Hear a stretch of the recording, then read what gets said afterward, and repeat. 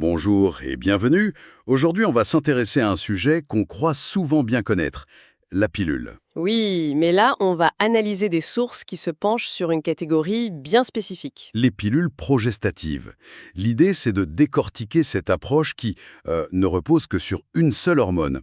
On va voir ce que l'article nous dit sur leur fonctionnement, ce qui les rend uniques, et puis aussi leurs contraintes qui sont bien réelles. Exactement. On va suivre la structure de l'article pour que ce soit clair. D'abord, on va regarder la mécanique, comment cette hormone toute seule arrive à tout gérer. D'accord? Ensuite, on passera au concret. Les différentes options, comment on les utilise, et puis il y aura un gros morceau sur la gestion des oublis. L'article insiste beaucoup là-dessus. C'est souvent le point sensible. Voilà. Après ça, on verra les effets secondaires, les contre-indications, pour avoir une vue d'ensemble. Et on finira sur quelques cas particuliers que le texte aborde, comme l'utilisation juste après une IVG. Parfait, c'est un programme très clair. Alors allons-y. L'article commence par dire que l'idée n'est pas si nouvelle, qu'elle remonte même aux années 30. Mais alors, comment ça marche concrètement une pilule avec juste un progestatif? Alors, l'article décrit un mécanisme qui se joue à plusieurs niveaux. On peut voir ça comme trois barrières de sécurité, en quelque sorte. Trois barrières. La première, c'est que l'endomètre, donc la paroi de l'utérus, est modifié. Il devient impropre à la nidation. Un œuf fécondé ne peut pas s'y installer. D'accord, première sécurité. La deuxième, c'est au niveau de la glaire cervicale, à l'entrée de l'utérus. Elle s'épaissit énormément pour les spermatozoïdes. Ok. Et la troisième? Et la troisième barrière possible, c'est le blocage de l'ovulation. C'est ce que le texte appelle un effet antigonadotrope. En gros, la progestérone, à la base, c'est l'hormone qui met l'utérus au repos en silence, comme le dit l'article.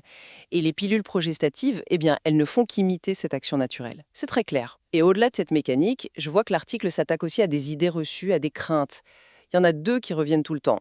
Le risque de caillots sanguins, de phlébite et l'impact sur l'humeur ou la libido. Oui, et ça, c'est un des points les plus importants du texte. Qu'est-ce qu'il en dit? Sur le premier point, il est très direct, contrairement aux pilules qui combinent œstrogène et progestatif. Les pilules classiques. Voilà, celles qui contiennent uniquement un progestatif ne présenteraient pas de risque thromboembolique, ni veineux, comme une phlébite, ni artériel.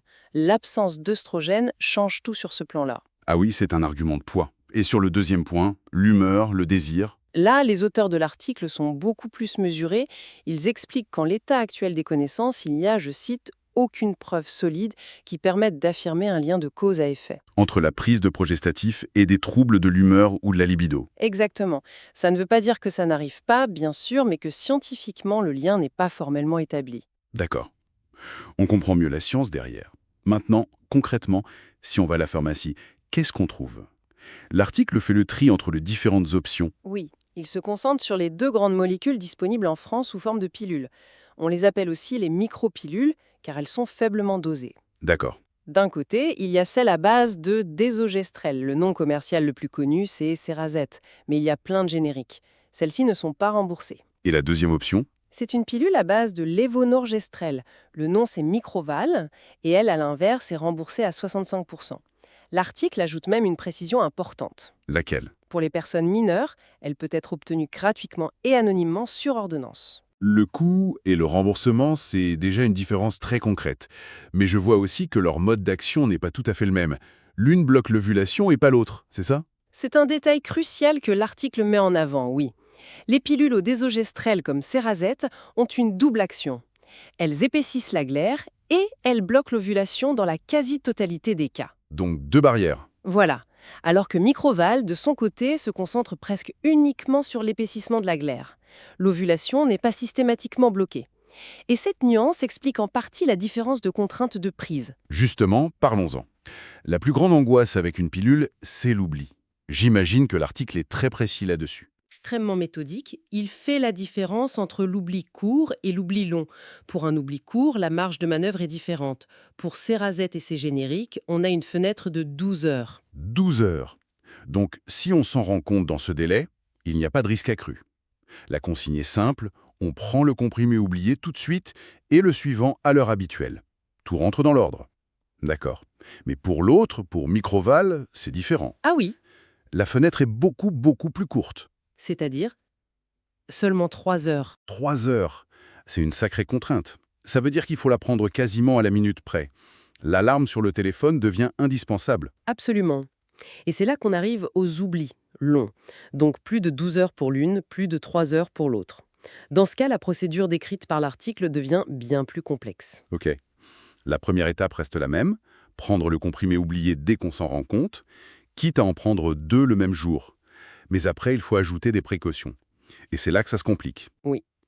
Le texte distingue 2 scénarios. Scénario 1, aucun rapport non protégé n'a eu lieu dans les 5 jours qui précèdent l'oubli. Dans ce cas, il faut utiliser une protection barrière, un préservatif, pendant les 7 jours qui suivent. 7 jours! C'est une semaine entière de vigilance pour un seul oubli. La contrainte est vraiment élevée. Exactement. Et c'est ce que l'article martèle.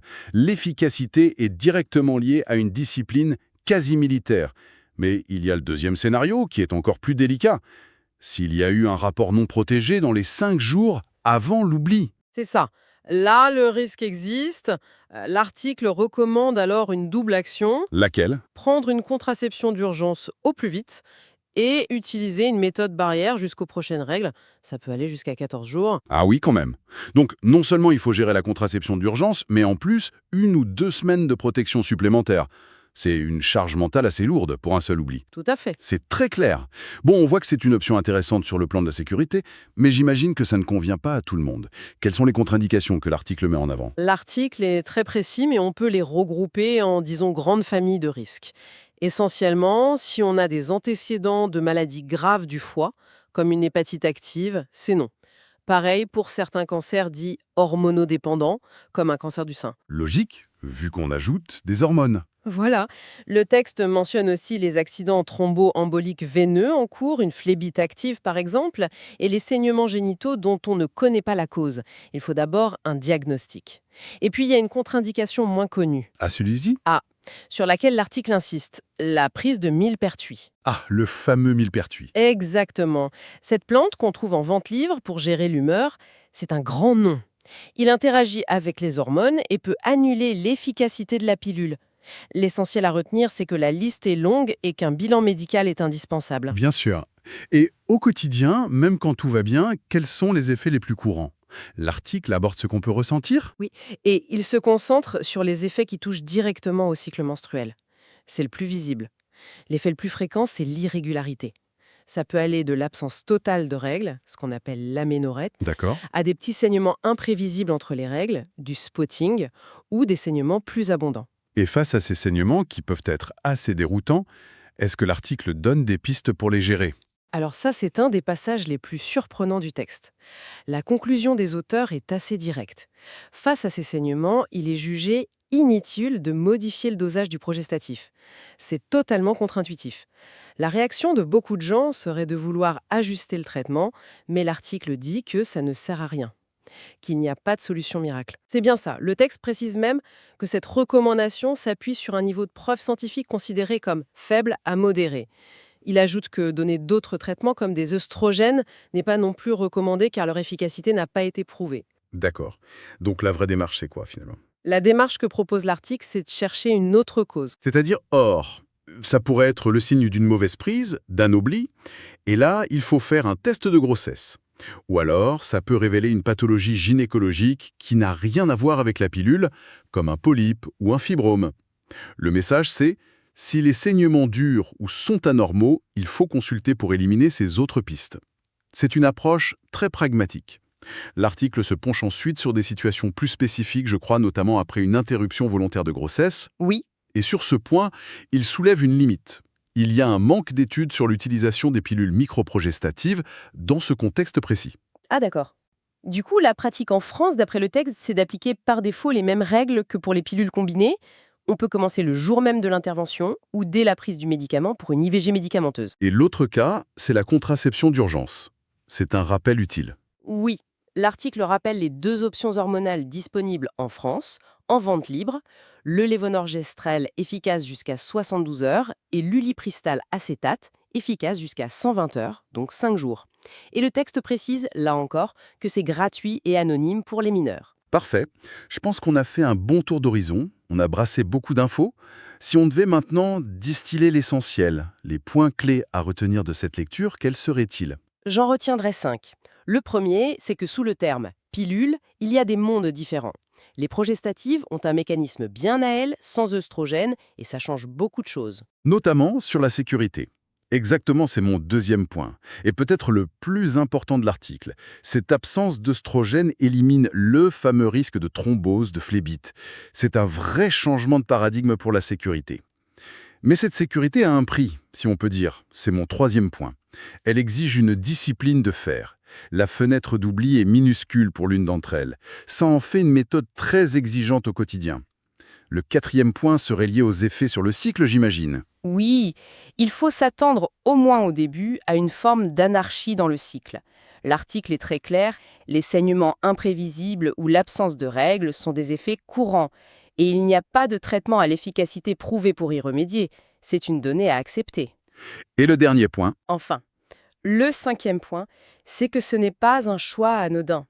La longue liste de contre-indications, du foie au cancer, nous rappelle que c'est une décision médicale, elle doit absolument être discutée et encadrée par un professionnel de santé.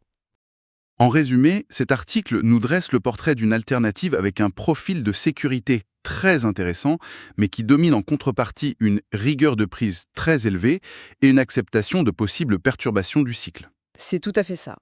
Et la lecture de tous ces détails, notamment sur la rigueur de la prise, amène une réflexion plus large, que l'article soulève en filigrane. Laquelle? Une méthode de contraception peut être efficace à plus de 99% en théorie, dans des conditions parfaites. Mais si ces contraintes la rendent difficile à suivre dans la vie de tous les jours, quelle est son efficacité dans la vraie vie? C'est tout le débat entre l'efficacité théorique et l'efficacité pratique.